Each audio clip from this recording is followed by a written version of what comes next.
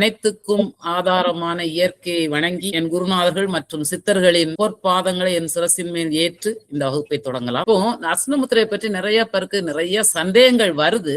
அதனால முதல்ல அதுக்குரிய சில பொதுவான விதிமுறைகளும் பிளஸ் என்னென்ன சில சந்தேகம் வருங்கிறதுக்காக வேண்டி அதை கொஞ்சம் தெளிவுபடுத்திட்டு அடுத்து நம்ம முத்திரையை பற்றி பார்க்கலாம்னு இன்றைய வகுப்பை தொடங்குறோம். இப்போ இந்த முத்திரை என்னன்னா இயற்கையின் சுழற்சியோடு ஒத்திசைந்து அப்படின்னு சொல்றோம். அதாவது இயற்கையோடு இணைந்த முத்திரை அப்படின்னு எதுக்கு சொல்றோம்னா, உடல்ல இயல்பாகவே இயக்கங்கள் நடந்துகிட்டே இருக்குது. அது உடல்ங்கிறது நம்ம கோஷங்களை சொல்றோம். மனசுங்கிறது அந்த கரணங்களாகிய மனம், புத்தி, சித்தம், அகங்காரம் அத்தனையும் சேர்த்து சொல்றோம். சோ இது எல்லா செயல்முறைகளும் இயற்கையாகவே ஒரு ஒழுங்கு முறையில நடந்துகிட்டே தான் இருக்குது.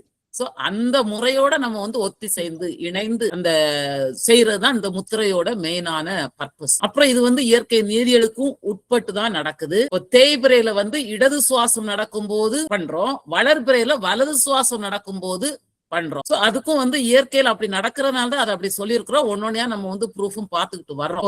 தேய்பிரையில இடது சுவாசத்துல பண்ணாதான் அந்த இயக்கம் நிஜமாவே நமக்கு நம்ம முத்திரை என்ன செய்யறோமோ அந்த பர்பஸ் சர்வ் ஆகும். வலது பக்கத்துல வளர்பிரையில வலது சுவாசம் போகும்போதுதான் நடத்தணும். ஏன்னா நிறைய பேருக்கு அந்த டவுட் வருது. மற்ற சுவாசத்துல பண்ணுனா அந்த எஃபெக்ட் இருக்காது, அதனாலதான் அந்த நேரத்துல செய்ய வேண்டாம்ன்றோம். வளர்பிறை காலம் இப்போ நம்ம பண்ணிட்டு இருக்கிறது வலது சுவாசம் நடக்கும் போதுதான் முத்திரை செய்யணும். அதை ஞாபகம் வச்சுக்கோ. அதே மாதிரி உயிர் சக்தி சுழற்சியை உடலில் நிகழும் இயல்பான செயற்பாட்டுக்கு உறுதுணையாக தூண்டி விடுது. நம்ம இயற்கையா நடக்கிற அந்த சக்தி ஓட்டத்தை தூண்டி விடுது. அதே மாதிரி மருந்து நம்ம சாப்பிட்டோம்னா அந்த மருந்தை பற்றி தெரியாட்டாலும் அதோட பலன் கிடைக்கிறது மாதிரி இந்த முத்திரைகளை பற்றி நீங்க அதை பற்றிய நாலேஜே இல்லாட்டாலும் சரி, அது புரியலனாலும் சரி, அது தெரியலனாலும் சரி, அப்பவும் அதோட எஃபெக்ட் இருக்கதான் செய்யும். அதனால இது எனக்கு கிளாஸ் புரியலையெல்லாம் யாரும் வருத்தப்பட வேண்டாம். அப்புறம் இந்த முத்திரையில முக்கியமான ஒரு பாயிண்ட் என்னன்னா, மனசை ஒருமுகப்படுத்தி தான் செய்யணும் அப்படிங்கிற கட்டாயம் கிடையாது. நீங்க முடிந்தால் பண்ணுங்க, வேண்டான்னு சொல்லல.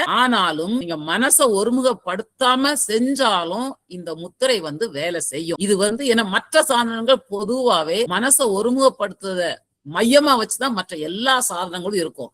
அப்போ மனசை ஒருமைப்படுத்துறது ரொம்ப ரொம்ப கடினம். இந்த இதுல இப்படியே ஒன்னே நினைச்சுக்கிட்டு சொல்றது ஈஸி. ஒரு நிமிஷத்துக்கு ஒரே பாயிண்ட் நினைச்சுக்கிட்டு இருப்பாங்கன்னா முடியாது. அதனாலதான் மனசை இதுக்குரிய சாதனமா வச்சுக்காம, மனசு இல்லாம வெறும் கருவி 2 விரல்களை இணைக்கிறது தான் இதுல பண்ணணும், வேற எதுவுமே கிடையாது. அது ஒரு பெரிய சிறப்பு அம்சம். அதே மாதிரி இந்த முத்திரை பயிற்சிக்கு இந்த உடல்நிலையில இருக்கணும், இந்த திசையில இருக்கணும், இந்த நேரத்துல பண்ணணும், அப்படி எந்த கட்டுப்பாடும் இல்லை. நீங்க உட்கார்ந்துட்டு பண்ணலாம், நடந்துகிட்டு பண்ணலாம், படுத்துக்கிட்டு பண்ணலாம், உரையாடிக்கிட்டே பண்ணலாம், என்ன வேணாலும் செய்யலாம். நம்ம 2 கை விரலும் மற்ற வேலையில ஈடுபடாத டைம்ல எப்போனாலும் செய்யலாம். ஆனா நம்ம சாப்பிட்டுட்டு 1 hour கழிச்சு பண்ணுங்கன்னு ஏன் சொல்றோம்னா, உங்க உடம்புல நீங்க சாப்பிட்ட உடனே ஜீரணத்துக்குரிய வேலைகளை உடம்பு செய்யும். நம்ம அந்த இதை தடை பண்ண கூடாதுங்கிறதுக்காக வேண்டிதான் செய்யறோம். செஞ்சா தப்பு கிடையாது, ஆனா அதுக்காக தான் அந்த 1 hour விடுங்கன்னு சொல்றோம். அப்புறம் இது ரொம்ப எளிமையான பயிற்சி. ஏன்னா நீங்க பண்ணி பார்த்ததுனால தெரியும், 2 விரலையும் தொடுறதுதான், அவ்வளவுதான், வேற எதுவுமே கிடையாது. அதே டைம்ல இதோடைய பலனோ இதோடைய ஆற்றல் பாத்தீங்கன்னா ரொம்ப ரொம்ப அதிகம், இமேஜினே பண்ண முடியாத அளவுக்கு. அதே மாதிரி இது நம்ம சுவாசம் எந்த சைட்ல போகுதுன்னு கண்டுபிடிக்கிறதுக்கு மாத்திரம் தெரியறதுதான் வயதுக்குரிய லிமிட். 2 வயசு பிள்ளைக்கு அது தெரியாது, அதனால அந்த பிள்ளைக்கு வேண்டாம். 5 வயசுல அந்த பிள்ளைக்கு சுவாசத்தை ஓடுறத கணிச்சதுன்னா அந்த குழந்தையும் செய்யலாம். 10 வயசுல கணிக்குதுன்னா அதுலயும் செய்யலாம். ஒரே ஒரு கண்டிஷன், சுவாசம் எந்த சைடுல ஓடுதுங்கிறது தெரிஞ்சா போதும். வயது 90 இருந்தாலும் 100 இருந்தாலும் 5 இருந்தாலும் 10 இருந்தாலும் கணக்கே கிடையாது. அப்புறம் இந்த ஏற்கனவே நீங்க சில மருத்துவ சிகிச்சை முறையில இருப்பீங்க, மருந்துகளை சாப்பிட்டுக்கிட்டு இருப்பீங்க, அந்த தொடர்ந்து செஞ்சுக்கிட்டே இந்த பயிற்சியும் செய்யலாம். நான் அந்த மருந்தை சாப்பிடுறேன், இந்த ட்ரீட்மெண்ட்ல இருக்கிறேன், அதெல்லாம் பற்றி நீங்க கவலைப்பட வேண்டாம். ஆனா இப்போ சிலவங்க பிரெக்னண்டா இருக்காங்கன்னா அந்த டைம்ல நீங்க நிறுத்தி வச்சுட்டு நிபுணர்கள்ட்ட கேட்டு அதுக்குன்னு இருக்கிற பயிற்சிகளை நீங்க பயிற்சி பண்ணலாம். சோ சில நேரம் உங்களுக்கு டவுட்டா இருந்ததுன்னா அது சம்பந்தப்பட்டவங்கிட்ட கேட்டுக்கலாம். மற்றபடி நார்மலா ஜெனரலா எந்த கண்டிஷனும் நீங்க கிடையாது. எந்த நேரத்திலையும் செய்யலாம், எந்த இடத்துலயும் வச்சு செய்யலாம். கோயில தான் வச்சு செய்யணும், இது இந்த ஆசனத்துல உட்கார்ந்தா செய்யணும் அப்படிலாம் கிடையாது. உணவு கட்டுப்பாடு கிடையாது, பக்க விளைவுகள் கிடையாது, தீட்சையோ அல்லது எந்த மந்திரமோ உச்சரிச்சுதான் இது பண்ணணுங்கிற கட்டாயம் கிடையாது. இது அனைவருக்கும் பொதுவான முத்திரை ஆகும். அதாவது இந்த முத்திரை செய்யறதுக்கு ஜாதி, மதம், இனம் எந்த ஒரு சடங்கு முறையும் அவசியமே இல்லை. இது அதனாலதான் பொதுவான முத்திரைன்னு சொல்றோம். ஏற்கனவே நீங்க சில மற்ற ஒரு சாதனங்கள் யோகங்கள் பண்ணிட்டு இருப்பீங்க, பிராணாயாம பயிற்சியில இருப்பீங்க, ஏதோ ஒரு சாதனங்கள் பண்ணிட்டு இருப்பீங்க. அந்த சாதனங்களை நீங்க நிறுத்த வேண்டிய தேவையே இல்ல. இந்த முத்திரை பயிற்சி உங்களுக்கு அந்த சாதனத்தோட பயன்களை இன்னும் தூண்டிவிடும், துரிதப்படுத்தும். அதுதான் இதோட சிறப்பம்சம். அதாவது இந்த முத்திரையில 2 விரலையும் தொடுறதுதான் நம்மளுடைய வேலை. 2 விரலையும் தொடுற ஒரே ஒரு காரியம் செஞ்சா போதும், இதுக்குரிய பலன் கிடைக்கும். சுவாசத்தை எந்த கட்டுப்பாடும் இல்லாம தன்னிச்சையா உள்ளால போய் வெளியில வருது பாத்தீங்களா, சுவாசம் உள்ளால போய் வெளியே வருது. இது இயல்பான போக்குல போகும்போதே இந்த பயிற்சி செய்யணும், அவ்வளவுதான். ஆனா வளர்பிறை தேய்பிறை கணக்கு, இடது சுவாசம் வலது சுவாசம், அந்த ஒரு கண்டிஷன் எப்பவுமே அப்ளிகபிள் தான். ஆரம்பத்துல முத்திரை பயிற்சி செய்யும் போது உடல் நம்மளுடைய அந்த முத்திரை செய்யறதுனால ஏற்படுற அந்த உஷ்ணத்துக்கு, அதுல ஏற்படுற சில இம்பாக்ட், அதாவது நீங்க சில இடத்துல அடைப்புகள் இருக்கும், அந்த சக்தி போகும்போது அதுல முட்டி முட்டி திறக்கும். அந்த காரணத்தினால படிப்படியா நேரத்தை கூட்டுங்கன்னு சொல்றோம். ஏன்னா சிலவங்களுக்கு குயிக்கா அடாப்ட் ஆகும். 1 வாரத்துல அடாப்ட் ஆனவங்களும் இருக்காங்க, 1 மாசத்துல அடாப்ட் ஆனவங்களும் இருக்காங்க, 2 மாசத்துல. அதனால உங்க உடம்புக்கு தக்க அந்த அடாப்டேஷன் அதுக்கு பழகிக்கணும். அது செட் ஆகுத வரைக்கும் நீங்க கிராஜுவலா நீங்க பயிற்சியை கூட்டுங்கன்னு பிரிச்சு பிரிச்சு பண்ணிக்கலாம். நீங்க ஒரே டைம்ல பண்ண தேவையில்ல, பிரிச்சு பிரிச்சு பண்ணலாம். அந்த சுவாசத்தை மாத்திரம் கவனிச்சு, அதாவது முதல்ல ஏதாவது சில நேரம் செய்யும் போது ஏதோ ஒரு இடத்துல கொஞ்சம் கை வலிக்கிறது மாதிரி இருக்குது, தலை லைட்டா கொஞ்சம் சுத்துறது மாதிரி இருக்குது, தலை வலிக்கிறது மாதிரி இருக்குது, சில ஊரல் இருக்குது, இந்த மாதிரிலாம் சில சின்ன சின்ன உபாதைகள் சிலருக்கு வரலாம். எல்லாருக்கும் வரணும்னு கட்டாயம் கிடையாது. அப்படி இருந்தாலும் பயப்பட வேண்டிய தேவை இல்ல. உடனே நீங்க கொஞ்சம் அந்த முத்திரை செய்யறத நிறுத்திக்கோங்க. கிராஜுவலா கூட்ட கூட்ட அது செட் ஆயிடும். நீங்க நிபுணர்களையும் கேட்டுக்கலாம். அதாவது ஒவ்வொருத்தருக்கும் ஒவ்வொரு விதமான அனுபவங்கள் ஆரம்ப காலத்துல கிடைக்கும். நீங்க நான் இந்த முத்திரையை பண்ணும்போது அவங்க இதெல்லாம் இவ்வளவு அனுபவம் சொல்றாங்களே, எனக்குலாம் அந்த அனுபவம் இல்லையே, அர்த்தமே வேண்டாம். அவரவர் உடலுக்கு தகுந்தபடி. ஏன்னா சிலவங்க எமோஷனலா இருப்பாங்க, சிலவங்க ஸ்ட்ராங்கா இருப்பாங்க, அந்த ஈஸியா அஃபெக்ட் ஆக மாட்டாங்க. அந்த அவங்களுடைய தன்மைக்கு தகுந்தபடி உங்களுக்கு இந்த அனுபவம் கிடைக்குங்கிறதுனால, ஐயோ அவங்களுக்கு அதெல்லாம் தெரிஞ்சது, அப்படிலாம் இது பண்ணாங்க, எனக்குலாம் அதெல்லாம் ஒண்ணும் தெரியலையே, அவளே பட வேண்டாம். முத்திரைக்குரிய பயன் உண்டு. நீங்க இந்த அனுபவத்தை மற்றவங்க அனுபவத்தோட கம்பேர் பண்ணாம உங்க அனுபவத்தை சுயமா நீங்க அதை கவனிக்க பழகுங்க. அதனாலதான் ஆரம்பத்துல 5ல இருந்து 10 நிமிஷம் தொடங்கி சிறிது சிறிதா கூட்டி கடைசியில குறைந்தபட்சம் 48 நிமிடங்கள், குறைந்தபட்சம் தான், மினிமம் 48 நிமிஷம் நீங்க பண்ண ஆரம்பிச்சிட்டீங்கன்னா அதுக்கப்புறம் தான் முத்திரை பயிற்சியோட துவக்கமே. அதை புரிஞ்சுக்கோங்க. அதுல இருந்துதான் 3.5 மாசம் கணக்கு. வளர்பிறைக்கும் ஒரு கை விரலுக்கு, அதே மாதிரி அடுத்த கை விரலுக்கும் அடுத்த அந்த 15 நாள், ஒரு மாசத்துல 15 நாள் தான் பண்ணும். அப்போ இந்த சைடுல ஒரு கை, இந்த சைடுல ஒரு கை, அந்த பேர் முடிகிறதுக்கு டோட்டலா 7 மாசம். 5 விரல், 5 பேர் ஆஃப் ஃபிங்கர்ஸ், 5 இதையும் பேரையும் முடிக்கிறதுக்கு 7, 35, 36 மாசம். 3 வருஷத்துல எல்லா விரல்களும் படிப்படியா முடிஞ்சிடும். ஆனா ஒரு நாள் கூட 48 நிமிஷத்துக்கு குறையாம செஞ்சு பழகி இருந்ததுதான் 3 வருஷம் ஆச்சுன்னா உங்களுக்கு இதுக்குரிய பலனை நீங்க அனுபவபூர்வமா பார்க்கலாம்.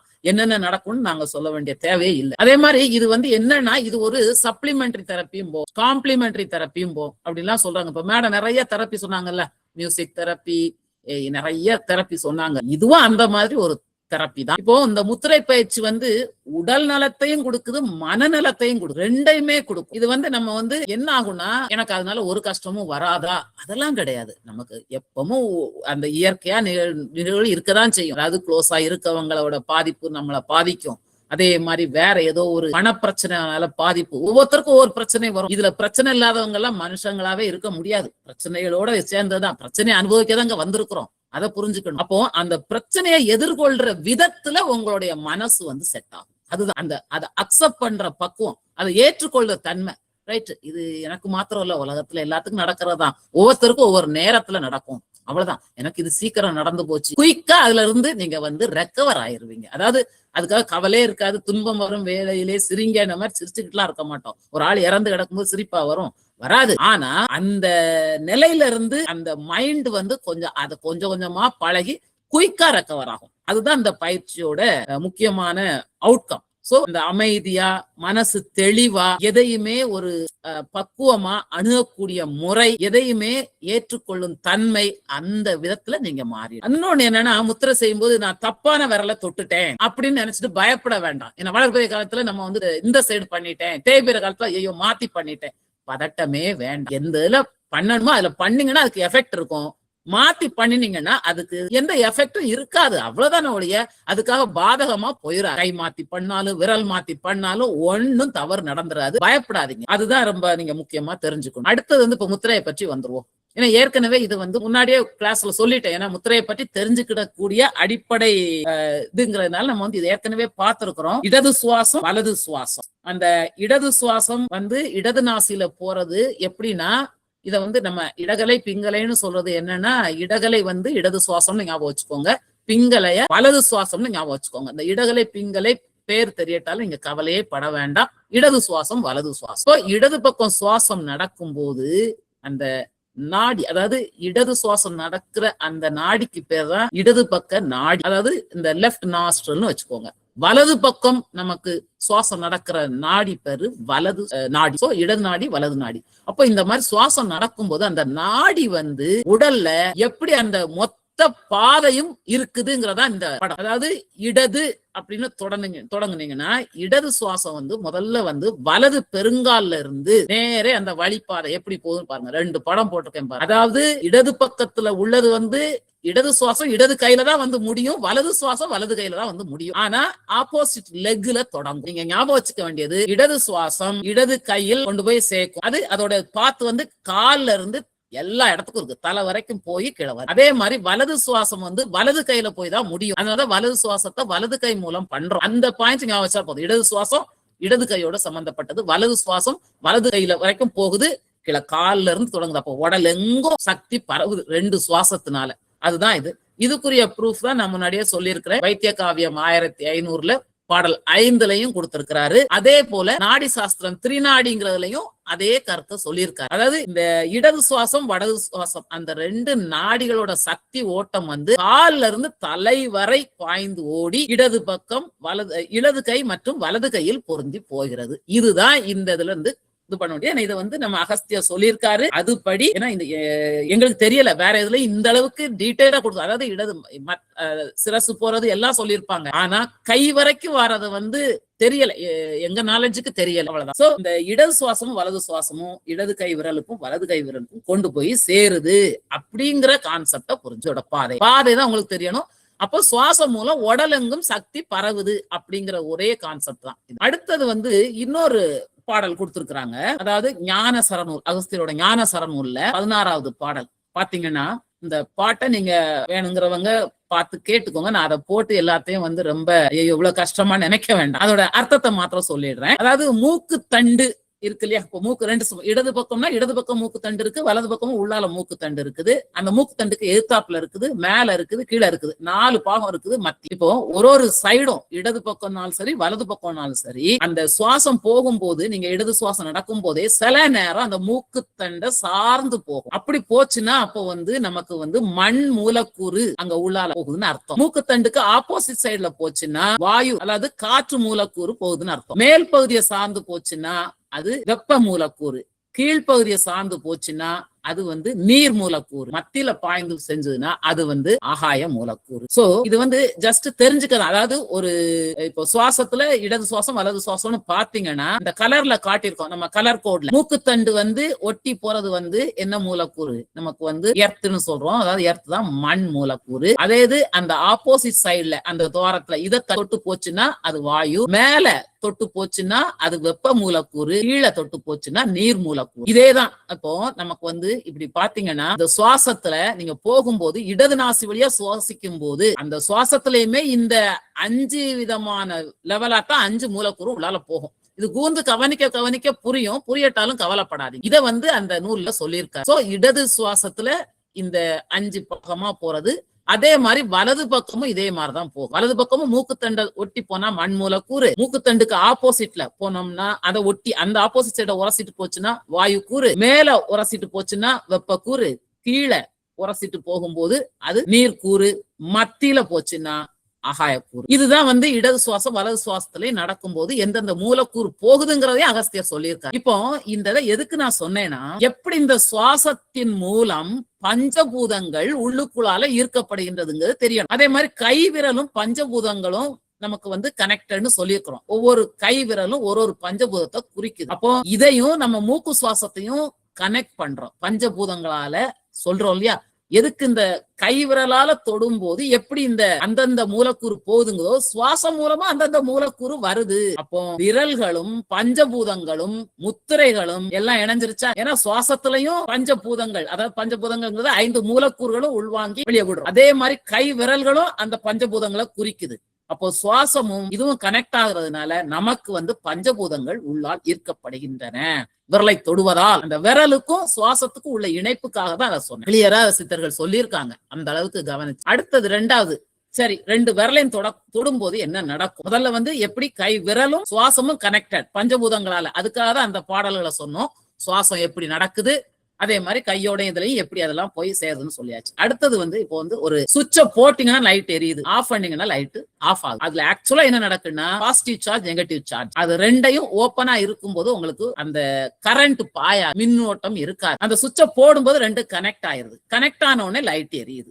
அவ்வளவுதான் அந்த சீக்வன்ஸா. அதாவது சாதாரணமா இருக்கும்போது அந்த இது உங்களுக்கு கனெக்ட் ஆகல. கனெக்ட் ஆன உடனே பிளஸ் மைனஸும் சேர்ந்த உடனே கனெக்ட் ஆகுது. இதை ஒரு எக்ஸாம்பிளுக்காக வச்சுக்கோ. இதேதான் நம்ம 2 விரலையும் இணைக்கிற ரகசியம். அதுதான் வலது கை விரலையும், வலது கையில நீங்க இந்த விரலை எடுத்துக்கிட்டீங்கன்னா இந்த விரலையும், இடது கையில மத்தி விரலையும், இப்ப வளர்பிறைனால இப்படிதான் எடுத்து பண்றோம். இந்த விரலையும் நம்ம மெதுவா கொண்டு 2 இப்படி தொடுறோம். இப்போ இடது கை நெகட்டிவ் சார்ஜ குறிக்குது, வலது கையில உள்ள விரல்கள் பாசிட்டிவ் சார்ஜ குறிக்குது. Negative charge positive charge. ஏன்னா யோக பிரதிபிகா அப்படிங்கறதுலயும் அது கிளீனா கொடுத்துருக்கு. இது பாசிட்டிவ் நெகட்டிவ். மற்றதுல ஆண் பெண்ணுன்னு சொல்லியிருப்பாங்க, நம்ம சக்தி சிவம்னு சொல்லியிருப்பாங்க, பலரும் சொல்லியிருக்காங்க. இது நெகட்டிவ் எனர்ஜி. நெகட்டிவ்னா நீங்க அத நெகட்டிவிட்டியா நினைக்க கூடாது. பாசிட்டிவுக்கு ஒரு ஆப்போசிட், அவ்வளவுதான்.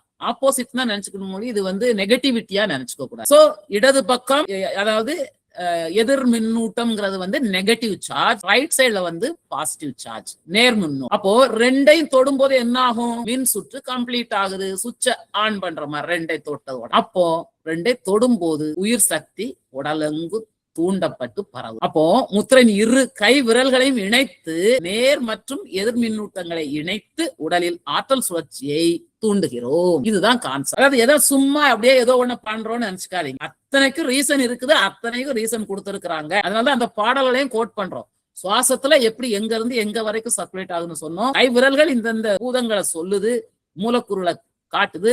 2 பாசிட்டிவ் நெகட்டிவ் சேரும் போது உங்களுக்கு அதான். அதனாலதான் நிறைய பேர் சொல்லுவீங்க, தொட்டா எனக்கு உடனே ஒரு ஏதோ ஒண்ணு பாயிர ஒரு உணர்வு இருக்குது. இது கரண்ட் மாதிரி. அதுக்காக இந்த 50 வாட்ஸ் 100 வாட்ஸ் அப்படி இருக்காது. ரொம்ப மைன்யூட்டா இருக்கும் இந்த மாதிரி பரவுற அந்த மின் சக்தி. அதனாலதான் அந்த மின் சக்தி எர்த்துல போயிடக்கூடாதுக்காண்டிதான் மெட்டல் சேர்ல உட்காராதீங்க, நீங்க நேரே தரையில போய் காலை வைக்காதீங்க அப்படின்னு சொல்றதுக்கு காரணம் இந்த மின் ஓட்டம் இருக்கு இல்லையா. நம்ம இது பண்ணும்போது ரொம்ப குறைஞ்ச மில்லி வோல்ட்டுக்கும் கீழே. அப்ப அது ஈஸியா போயிடும், டிப்ளீட் ஆயிடும். அதுக்காக தான் ஸ்மார்ட் போன், ஸ்மார்ட் வாட்ச் அந்த இன்டர்ஃபரன்ஸ்னால அந்த சக்தி வீணாயிடக்கூடாது முத்திரை செயல. இதுக்குதான் இந்த கண்டிஷன் எல்லாம் சொல்றோம். இப்போ ஆக்சுவலா நம்ம எப்பவுமே இடது கையில மத்தி விரல், வலது கையில மத்தி விரல், இதுதான் கொடுக்கிற சக்தி கொடுக்கிற விரல்ங்கிறோம்.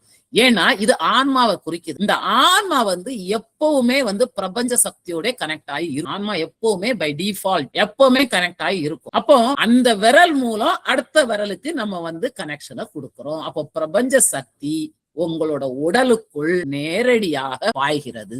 சாதாரணமாவும் உங்களுக்கு அந்த பிரபஞ்ச சக்தி போகும், பட் அது ரொம்ப கம்மி.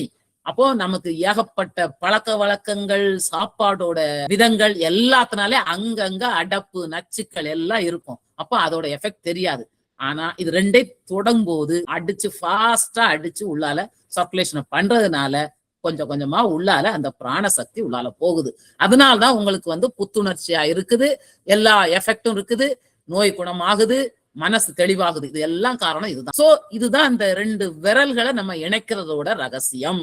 ஏன் இணைக்கணும், அதுக்கு என்ன ரீசன் எல்லாமே இருக்குது. சோ அது முதல்ல தெரிஞ்சுக்கணுங்கிறக்காண்டிதான் இதை நம்ம சொல்லியிருக்கோம். ஆத்ம சக்திங்கிறதா உயிர் சக்தி. ஆக்சுவலா இந்த ஆத்ம சக்தி, இந்த பிரபஞ்ச சக்திய உடலுக்குள்ளால நமக்கு கம்ப்ளீட்டா கொண்டு போய் சேர்க்கிறது நாடிகள். நாடிகள்ங்கிறது நமக்கு அதோடைய பாதைகள். இந்த சக்தி போகிற பாதை தான் நாடின்னு சொல்லுவோம். அது ரொம்ப சின்ன சைஸ். சூட்சும நாடினா என்னமோ சூட்சுமனா என்னமோ நினைச்சுக்காங்க. சூட்சுமனா ரொம்ப சிறுசு, கண்ணால பார்க்க முடியாது. மைக்ரோஸ்கோப்போ நானோஸ்கோப்போ அந்த மாதிரி ரொம்ப ரொம்ப மைன்யூட்டா பார்க்கக்கூடிய இதுல இருந்து இப்ப செல்ல நம்ம நேரா பார்க்க முடியுமா? உடல்ல எல்லாம் இந்த செல் இருக்குங்கிறாங்க, பாக்டீரியா இருக்குங்கிறாங்க. அதை மைக்ரோஸ்கோப்ல பார்த்தா அவங்களால தெரியும், நமக்கு சாதாரண கண்ணுல தெரியாது. நுண்ணியது, நுட்பமானது, சூட்சுமமானதுன்னு சொல்றோம். அதே மாதிரி அந்த நாடிகளும் 72,000 நாடிகள் இருக்குன்னு சொல்லியிருக்காங்க சித்தர்கள். அப்போ உடலெங்கும் அந்த நீங்க நான் மெயினான நாடி தான் சொன்னேன், இடகலை பிங்கலைங்கிறது. இடது நாடி வலது நாடிங்கிறது வந்து மெயினானது. அதுல இருந்து நிறைய சல்லி வேறாட்ட நிறைய போகும். உடலெங்கும் 72,000 நாடிகள். இதுதான் வந்து பாசிட்டிவ் சார்ஜ் நெகட்டிவ் சார்ஜ் ஆகி ரெண்டு சேர்ந்து உங்களுக்கு வந்து ஒருவித மின்காந்த பேரொளி ஆற்றலை பெறலாம். இப்படி ரெண்டை தொட்டு மின்காந்த பேரொளி ஆற்றலை பெற்று சித்தர்கள் யோக நெறியில் அனுபவித்து கூறியுள்ளதான் இந்த முத்திரை. அவங்க அனுபவபூர்வமா உணர்ந்து சொன்னது இந்த முத்திரை. அடுத்தது இப்ப பாத்தீங்கன்னா அதுக்குரிய பாடல் அதுக்கு ரிலேட்டடா உள்ளதுதான். இடகலை வந்து சந்திரன் சொல்லுவோம், அதான் சந்திரகலைன்னு சொல்லுவோம். பிங்கலை வந்து சூரியன் சொல்லுவோம், சூரியகலைன்னு சொல்லுவோம். இடகலை பெண்பால், பிங்கலை ஆண்பால், அதான் பாசிட்டிவ் நெகட்டிவ் சொல்றோம்ல, அதுக்குரிய ப்ரூஃப் அதுவும் கொடுத்திருக்காரு இந்த பாடல்ல இருக்குது. இன்ட்ரெஸ்ட் இருக்கவங்க பாத்துக்க. இப்போ அஸ்னா முத்ரா கான்செப்ட் இது வரைக்கும் நான் சொன்னதை உங்களுக்கு வந்து ஒரு கன்சால்டேஷனா சொல்றேன். பிரபஞ்ச சக்தி அதைத்தான் உயிர் சக்தின்னு வச்சுக்கோங்க. இயற்கை செயல்முறையோட இணைந்து ஒத்திசைத்து உடலுக்கு உயிர் சக்தி தூண்டப்படுகிறது. அதுதான் ஃபண்டமெண்டல் கான்செப்ட். அப்புறம் அல்ட்ராடியன் ரிதம்னு சொல்றோம். அல்ட்ராடியன் ரிதம்னா ஒரு 60 முதல் 120 நிமிடங்களுக்கு ஒரு முறை இடது சுவாசம் வலது சுவாசத்துக்கு மாறும், வலது சுவாசம் இடது சுவாசத்துக்கு மாறும். அவ்வளவுதான். அந்த ரிதம்னா ஒரு ஒழுங்குமுறை, கால ஒழுங்குமுறை. 90 நிமிஷம் டு 120 நிமிஷம் தாண்டின உடனே சுவாசம் மாறிடும். அதனால 1 மணி நேரத்துக்கு ஒருக்கா உங்க சுவாசத்தை எழுதுங்கன்னு சொல்லி. நீங்க அல்ட்ராடியன் ரிதம்னா என்னமோன்னு பயப்பட வேண்டாம். கால ஒழுங்குமுறை இயற்கையாவே நடக்கிறது. இவ்வளவு நேரத்துக்கு 1 மணி நேரத்துல இருந்து 2 மணி நேரத்துக்குள்ளால மாறி மாறி ஓடும். நம்ம சில நேரம் அதை பார்க்காம இருப்போம். சிலவங்களுக்கு கொஞ்சம் கூடயும் ஓடலாம். பட் ஆனா பயிற்சி பழக பழக அது வந்து நார்மலைஸ் ஆகும். அப்புறம் நேர் மின்னோட்டம் எதிர் மின்னோட்டம் பாசிட்டிவ் நெகட்டிவ்னு சொல்லியாச்சு. சோ 2 விரலையும் இணைச்சு நம்ம வந்து உடலுக்குள்ளால ஆற்றல் சுழற்சியை உருவாக்குறது தான் இந்த முத்திரையோட வேலை. இப்ப முத்திரையை பத்தி உங்களுக்கு புரிஞ்சிருக்கும்னு நினைக்கிறேன். அடுத்தது என்ன வாயுக்களை பற்றி வரேன். அடுத்தது எல்லாம் இந்த முத்திரை சம்பந்தப்பட்டதுதான். போன கிளாஸே சொன்னேன் 10 வாயுக்கள் தச வாயுக்கள் தான் உண்டு. தச வாயுக்கள்னா 10 வாயுக்கள். இந்த 10 வாயுக்களும் தான் உடலெங்கும் வேலை செய்யுது. ஒவ்வொன்றுக்கும் ஒரு ஃபங்க்ஷன் இருக்குது. இப்போ நம்ம வந்து தனஞ்சயன்கிறது வந்து மூத்த வாயுன்னு சொல்லுவோம். ஏன்னா அதை பற்றி கொஞ்சம் கூடுதலா தெரியணும். ஏன்னா வாயுக்கள் எல்லாம் வெளியே விடாம எல்லா வாயுக்களையும் கட்டுக்கோப்பா வச்சிருக்கிறது, கண்ட்ரோல்ல வச்சிருக்கிறது தனஞ்சயன்கிற ஒரு வாயு. அதுதான் அதனால மூத்த வாயுன்னு சொல்றாங்க. அதாவது மண்மனம் எங்குண்டு வாயு அங்குண்டு, மண்மனம் எங்கில்லை வாயு அங்குல்லை. அதுதான் மனசு எங்க இருக்கோ அங்கதான் அந்த வாயு இருக்கும். அதுதான் சொல்றோம். இப்போ எங்கே வாயு இயங்கவில்லையோ அங்கே வீங்கவும் அழுகவும் செய்யும். நிறைய இன்ஃபிளமேஷன் சொல்றோம் இல்லையா, டாக்டர் சொல்லுவாரு இன்ஃபிளமேஷனா உள்ளால ஒரு வீக்கம் தான் உள்ளுக்குள்ளால, அல்லது அந்த அழுகுதல்னா அந்த செல்லே வந்து கண்டிப்பா செத்து போச்சு, அதுக்கப்புறம் அதுக்கு உயிர் இல்லை, வேற செல் தான் ரீப்ளேஸ் பண்ணணும். சோ இந்த இயக்கம் இல்லாத இடத்துல என்ன ஆயிடும்னா வீக்கமும் அழுகலும் நடக்கும். இதுதான் தனஞ்சயனோட செயல். அப்ப அந்த இடத்துக்கு கரெக்டா போகல, தனஞ்சயன் அதுக்கு கண்ட்ரோல விட்டுருச்சு. ஒவ்வொரு வாயுவும் 10 வாயுவும் அதுக்கு ஒரு பிளாட்ஃபார்ம் இருக்கு, அந்தந்த இடத்துல போய் வேலை செய்யும். அப்படி இயங்கும் போது அந்த செயல்பாடுகள் வந்து தடையில்லாம நடக்கணும்னா இந்த மூத்த வாயுவான தனஞ்சயன் கண்ட்ரோல்ல இருக்கணும். இந்த கண்ட்ரோல் கொஞ்சம் கொஞ்சமா விட்டு அவ்வளவு தசவாயுக்களும் செயல்படுறத நிறுத்திடுச்சுன்னா அப்புறம் என்ன ஆகும், உயிரோட இருக்கும் போது வரைக்கும் தனஞ்சயன் வீங்க விடாது, அழுக விடாது. தசவாயுக்களை 10 வாயுக்களையும் உடம்ப விட்டு விலகாம உடம்ப அப்படியே கட்டுக்கோப்புல வச்சுக்கணும். ஆனா அனைத்து தசவாயுக்களும் இயக்கத்தை கண்ட்ரோல தனஞ்சயன் விட்டுட்டு இது வெளியே போயிருச்சுன்னா வாயுக்கள் கட்டுப்பாடு இழந்த போது அப்புறம் தன்னுடைய எல்லா செயல்பாடுகளும் ஒழுங்கா நடக்காம போயிடும். அப்பதான் உடம்பு வீங்கும், உடம்பு அழுகும். அதுக்கப்புறம் அது போனதுக்கு அப்புறம் எல்லாம் ஆரம்பிச்சு. இப்போ தசவாயுக்களுடைய செயல்பாடுகள் வந்து ஒழுங்கா இயங்கிட்டுன்னு வச்சுக்கோங்களேன், அப்போ உங்களுக்கு கிட்டத்தட்ட நோய் வந்து இருக்க வாய்ப்பே இல்லை. 80% நோய் வந்து இருக்கவே இருக்காது. அதனால நீங்க அந்த வாயுக்களுடைய இயக்கத்தை சீர்படுத்துறதுக்கும் இந்த முத்திரை உதவும். அது வந்து வர்ற கிளாஸ்ல எல்லாம் சொல்லுவோம். சோ இந்த வாயுக்களின் இயக்கத்தை சீர்படுத்தினால் கிட்டத்தட்ட 90 விதமான நோய்களை கட்டுப்படுத்த முடியும். அதுதான், அதுக்காக தான் நான் அந்த வாயு பற்றி சொல்ல வந்தேன். அப்புறம் நம்ம வந்து ஒவ்வொரு வாயுக்களும் ஒவ்வொரு இடத்தை இருக்குன்றத பைங்கலோ உபநிஷத்துல சொல்லியிருக்காங்க. பிராணன் இருதயம், அபானன் ஏனஸ் குதம், வியானன் நேவல்னா தொப்புள் அல்லது நம்மளுடைய உந்தி சொல்லுவோம், உதானன் த்ரோட், சமானன் உடம்புல உள்ள எல்லா பாகங்களும். அதாவது இது என்ன அர்த்தம்னா அதோட மெயினான பார்ட் ஹார்ட் வந்து நிறைய அதுக்கு அதோட வேலையை பண்ணும். அப்போ ஹார்ட் அஃபெக்ட் ஆச்சுன்னா ஹார்ட்டுக்கு ரிலேட்டடா உள்ள எல்லாத்துலயுமே பிரச்சனை வரும். அப்படி அந்த ஒவ்வொன்றையும் அந்தந்த இடத்துல இருந்து நாடிகள் வந்து கனெக்டட், நாடிகள் வந்து பல இடத்துக்கு கொண்டு போகும். அப்போ ஹார்ட் வந்து இந்த தொடங்குற இடம்னு வச்சுக்கோங்களேன், பிராணம் தொடங்குற இடம், அதுல இருந்து அது எங்கெங்கெல்லாம் லிங்க் ஆயிருக்கும் அந்த நாடி 72,000 நாடிகள்லயும் ஒவ்வொரு இடத்துல இருந்து ஒவ்வொரு பாகத்துக்கு ஒவ்வொரு இடத்துக்குலாம் லொகேஷனுக்கு கனெக்ட் ஆகி இருக்கும். சோ இதோட அந்த இடம் வந்து பிராணன், ஹார்ட், அபானன், வியானன், ஒவ்வொன்றுக்கும் அதோட இருப்பிடம் என்னன்னு சொல்லியிருக்காங்க தைங்கள உபநிஷத்துல. அதே உபநிஷத்துல அந்த கரணங்களுக்கும் அதோட இடத்தையும் சொல்லியிருக்காங்க. அந்த கரணங்களுக்கும் மைண்ட், த்ரோட். ஏன்னா த்ரோட்ல மாத்திரம் தான் மைண்ட் இருக்கான்னு சந்தேகம் வேண்டாம். ஏன்னா த்ரோட்ல தைராய்டு சுரப்பி மெயினான சிலதெல்லாம் அங்க இருக்குது. அப்போ மனசு வந்து உடல் எங்கும் பரவித்தான் வேலை செய்யுது. ஆனால் அந்த தொடக்கம் இடம், அதோட மெயினான பார்ட், ஜங்ஷன் பாயிண்ட் வச்சுக்கோங்களேன், அது த்ரோட். புத்திக்கு வந்து முகம் ஃபுல்லாவே, ஃபேஸ்ல எல்லாமே சொல்லுவாங்க. சித்தம் நம்மளுடைய உந்தி அப்படின்னு சொல்றது, தொப்புள். அகங்காரம் இருதயம். சோ இது வந்து உபநிஷத்துல சொல்லியிருக்கத நான் சொல்லியிருக்கிறேன். ஒவ்வொரு அந்த கரணம்னா உள்கருவி, மனமோ புத்தியோ சித்தமோ அகங்காரமோ, இது நாலும் தான் அந்த கரணம்னு சொல்லுவோம். இதோட இருப்பிடமும் இங்க கொடுக்கப்பட்டிருக்கு. அப்போ நம்ம வந்து அந்த கரணங்களுக்காக செய்யும் போது எங்கெங்கெல்லாம் போய் வேலை செய்யும் அப்படிங்கிறது உங்களுக்கு புரியும். அதுக்காக தான் இதை நான் கொடுத்தேன். இப்போ டாக்டர்ஸ் இது கேட்டது, டாக்டர் சொன்ன இன்புட்டை வச்சுதான் நான் இந்த இதை கொடுத்திருக்கிறேன். ஒவ்வொரு உணர்வும் ஒவ்வொரு உறுப்போட சம்பந்தப்பட்டது. ஒவ்வொரு உணர்வும் ஒவ்வொரு உறுப்போட சம்பந்தப்பட்டது. இப்போ அதிக கோவப்பட்டோம்னு வச்சுக்கோங்களேன், கல்லீரல் பாதிக்கப்படும். இது வந்து சயின்ஸ்ல கண்டுபிடிச்சு சொன்னது, டாக்டர் சொன்னது, நானா சொல்லல. பயம், ஒரு ஃபியர் இருந்துன்னு வச்சுக்கோங்க, அது சிறுநீரகத்தை பாதி. பதட்டம், ஒரு ஆன்சைட்டியா இருந்ததுன்னா அது மூளையை பாதி. அப்புறம் பேனிக்னு சொல்லுவோம், ரொம்ப பீதி ஆயிடுறது, அது வந்து இதயத்தை பாதி. இதெல்லாம் வந்து ப்ரூவ் பண்ணிருக்காங்க. அப்போ ஒவ்வொரு உணர்வும் ஒவ்வொரு அங்கத்தை, ஒவ்வொரு ஆர்கனை, ஒவ்வொரு அந்த பாற்று உடல் உறுப்புகளை பாதிக்குது. ஒவ்வொரு உணர்வும் ஒவ்வொரு உறுப்புகளை பாதிக்கின்றது என்பதை அறிவியலும் ஒத்துக்கொண்டு, அதுக்காக தான் சொல்றேன், அறிவியலே அதான் சொல்றாங்க. அப்போ வெறுமனை நம்ம வந்து உடல்ல மாத்திரம் ட்ரீட்மெண்ட் எடுத்தா பத்தாது, மனசுக்கும் ட்ரீட்மெண்ட் வேணும். அதனால இப்ப சைக்காலஜி பற்றி மேடம் சொன்னாங்க, அதுல வந்து என்னென்னலாம் பண்றோங்கிறது. ஏன்னா ஒவ்வொரு உணர்வும் ஒவ்வொரு உறுப்பையும் தாக்கும்.